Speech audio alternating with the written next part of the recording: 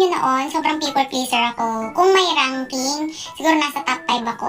Takot na takot ako na magtampo sa akin yung ibang tao. Takot na takot ako na hindi na ako magustuhan ng iba. Kaya tinotolerate ko lang yung ginagawa kong patatawanan. Minsan ako pa yung gumagawang sa sarili ko. Yung binubulit ko yung sarili ko para mapatawa sila.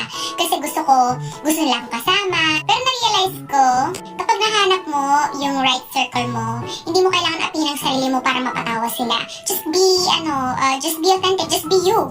At saka ito pa kahit gaano kabait yung isang tao, kung hindi kayo mag-click, hindi talaga pwedeng ipilit yung friendship. Ako, I'm all about energy. Kumbaga parang, hindi mo naman kailangan na parang baliw-baliwan. Ako kasi, pag sobrang komportable ako sa tao, talagang sobrang daldal ko. Kapag hindi